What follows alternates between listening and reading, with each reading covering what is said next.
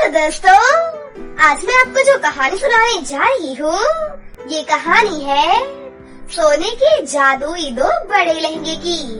तो चलिए दोस्तों, देखते हैं आज की ये कहानी। कुछ समय पहले की बात है। निशा अपनी बहन लावण्या और अपनी माँ के साथ लालपुर गांव में रहती थी। वो लोग बहुत ही गरीब थे।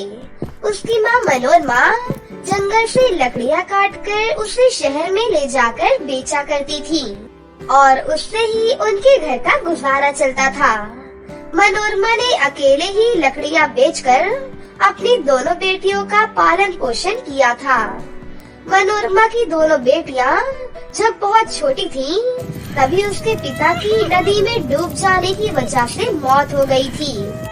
तभी से मनोरमा ने अकेले ही अपने घर की भाग दौड़ संभाल रखी थी। लेकिन अब मनोरमा की दोनों बेटियां बड़ी हो चुकी थीं और अपनी माँ का हाथ बटाने के लिए निशा और लावण्या शहर में रोड के किनारे ठेले पर बर्गर बेचा करती थी। ऐसे ही एक दिन निशा सभी को आवाज लगा रही थी। तभी एक बूढ़ी औरत वहाँ से गुजर रही थी।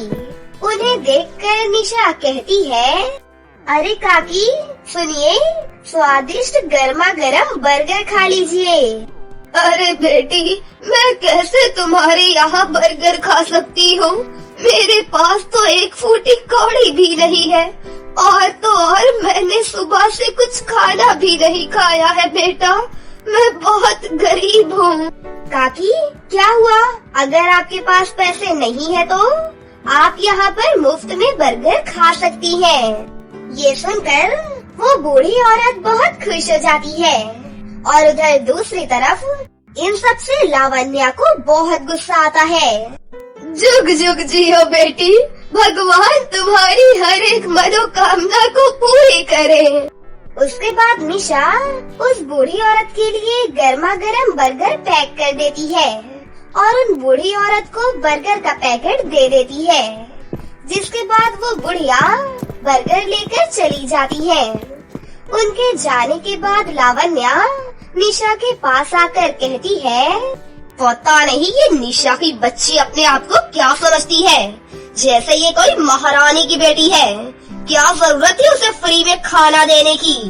अरे क्या हो गया दीदी, तुमने देखा नहीं? थोड़े से खाने के लिए काकी बहुत खुश हो गयी। पैसा तो हम किसी और दिन भी कमा लेंगे, लेकिन काकी ने जो हमें आशीर्वाद दिया है वो किसी दौलत से नहीं खरीदा जा सकता। तुझसे तो बात करना ही बेकार है। अपने ज्ञान का पिटारा तू अपने पास ही रख। लावण्या की कड़वी बातें सुनने के बाद भी निशा बिल्कुल भी नाराज नहीं होती है, क्योंकि वो बहुत ही नेक लड़की थी। फिर एक दिन उन दोनों की माँ अपनी दोनों बेटियों से कहती है, बेटी मैं जंगल में लकड़ियाँ लाने जा रही हूँ, शाम तक आऊंगी। तब तक तुम दोनों बहनें अपना अच्छे से ख्याल रखना। अरे रुको माँ, खाना बन गया है, मैं जल्दी से आपके लिए खाना लगा देती हूँ। खाना खा कर ही जाना आप। मनोरमा अपनी बेटी की बात सुनकर बहुत ज्यादा खुश हो जाती है और फिर वो खुशी खुशी खाना खाती है और एक हाथ में कुल्हाड़ी लेकर जंगल की ओर निकल जाती है। वहीं दूसरी तरफ लावण्या और निशा घर का सारा काम खत्म करके बाजार में बर्गर बेचने के लिए चली जाती है। इधर मनोरमा जंगल से लकड़ियाँ काटकर घर जाने ही वाली होती है कि तभी उसे जंगल में कुछ आवाज सुनाई देती है।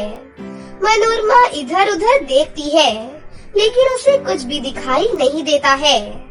तभी एक जख्मी हिरन भागता हुआ उसके पास आ जाता है और वहीं गिरकर बेहोश हो जाता है। हिरन को देखकर मनोरमा उसके पास जाती है और कहती है, अरे ये हिरन तो बहुत ही जख्मी है। जरूर किसी शिकारी ने शिकार करते हुए इस बेचारे को घायल कर दिया होगा। फिर मनोरमा हिरन के बहते हुए खून को कपड़े से रोकती है और उसे भी अपने साथ अपने घर ले जाती है।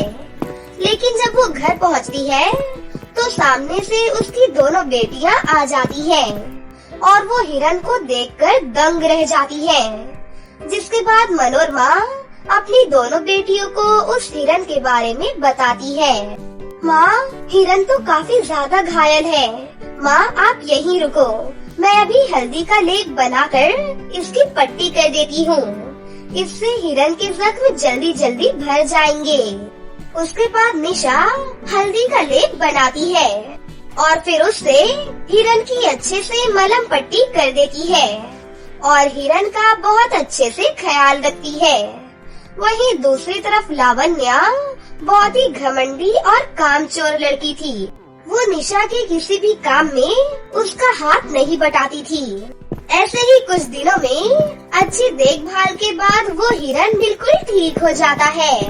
हिरन, मुझे पता है तुम अब बिल्कुल ठीक हो गए हो और अब अच्छे से चलने फिरने भी लगे हो। मैं आशा करती हूँ तुम्हें यहाँ रहने में कोई भी परेशानी नहीं आई होगी। तभी वो हिरन एक सुंदर परी के रूप में बदल जाता है। तुम बड़े ही नेक दिल की इंसान हो। तुमने मेरी बहुत अच्छे से सेवा की है। तुम्हारी वजह से मैं पूरी तरह से ठीक हो गई हूँ। ये लो, मैं तुम्हें एक जादुई सोने का लहंगा देती हूँ। तुम इस सोने के लहंगे से जो भी मांगोगी, ये लहंगा तुम्हें वो देगा। उसके बाद परी अपने जादू से निशा को जादुई सोने का लहंगा दे देती है। परी जी, आपकी सेवा करना मेरा फर्ज था। क्या ऐसा ही सोने का लहंगा मेरी बहन लावण्या को भी मिल सकता है? हाँ हाँ, क्यों नहीं। पर एक बात याद रखना, अगर तुमने लालच की और गरीबों की मदद भी नहीं करी तो जादुई सोने का लहंगा गायब हो जाएगा और तुम्हें इसकी सजा भी मिलेगी। इतना बोलकर परी अपनी जादुई छड़ी घुमाती है और इधर घर में लावण्या के कपड़े सोने के लहंगे में बदल जाते हैं। उसके बाद परी वहाँ से गायब हो जाती है। फिर जब निशा घर पर पहुँचती है तो वो देखती है कि लावण्या सोने का लहंगा देखकर बहुत खुश हो रही थी। उसके बाद निशा उसे परी के बारे में बता देती है, जिसके बाद दोनों बहनें बहुत खुश हो जाती हैं। जादुई सोने का लहंगा मिलने के बाद अब वो लोग बहुत ही अमीर हो गए थे। निशा बहुत ही नेक दिल की लड़की होती है। उसे जब भी मौका मिलता है तो वो गरीबों की मदद करती ही रहती थी। दूसरी तरफ लावण्या के पास जब से जादुई सोने का लहंगा आया था तब से उसके अंदर बहुत ही घमंड आ गया था और वो दूसरों से अच्छे से बात तक नहीं करती थी और गरीबों की मदद भी नहीं करती थी। एक बार एक गरीब बूढ़ी औरत लावण्या के पास आती है और बोलती है, बेटी, बहुत दिनों से कुछ भी नहीं खाया है मैंने, कुछ खाने के लिए दे दो, भगवान तुम्हारा भला करेगा। मैं तुम्हारी मदद क्यों करूं? तुम गरीब लोग कहीं से भी मुंह उठाकर चले आते हो। यहाँ से चली जाओ। ये सुनकर वो बूढ़ी औरत बहुत उदास हो जाती है। तभी पीछे से निशा बूढ़ी औरत के लिए खाना लेकर आती है और उन्हें वो खाना दे देती है। बेटी, भगवान तुम्हारी हर एक मनोकामना पूरी करे। तुम बहुत अच्छी हो बेटी। ये बोलते हुए वो बूढ़ी औरत वहाँ से चली जाती है। जब अगले दिन निशा और लावण्या सुबह सुबह सोकर उठती है तो लावण्या देखती है कि उसके शरीर का रंग काला पड़ चुका है और जादुई सोने का लहंगा भी गायब है। ये देखकर लावण्या बहुत जोर जोर से रोने लगती है। मैं काली क्यों हो गई हूँ? ऐसा मेरे साथ क्यों हुआ है? तभी सामने से वही परी प्रकट हो जाती है और कहती है, मैंने तुम्हें बोला था कि तुम लोग बिल्कुल भी लालच मत करना, उसी की सजा तुम्हें मिली है लावण्या। निशा से अपनी बहन की ये हालत देखी नहीं जाती है और वो परी से विनती करती है, परी जी, एक बार मेरी दीदी को माफ कर दो। अगली बार मेरी दीदी ऐसी गलती कभी भी नहीं करेंगी। ठीक है निशा, तुम बोल रही हो तो मैं लावण्या को माफ कर दूंगी, पर उसका जादुई सोने का लहंगा वापस नहीं आएगा।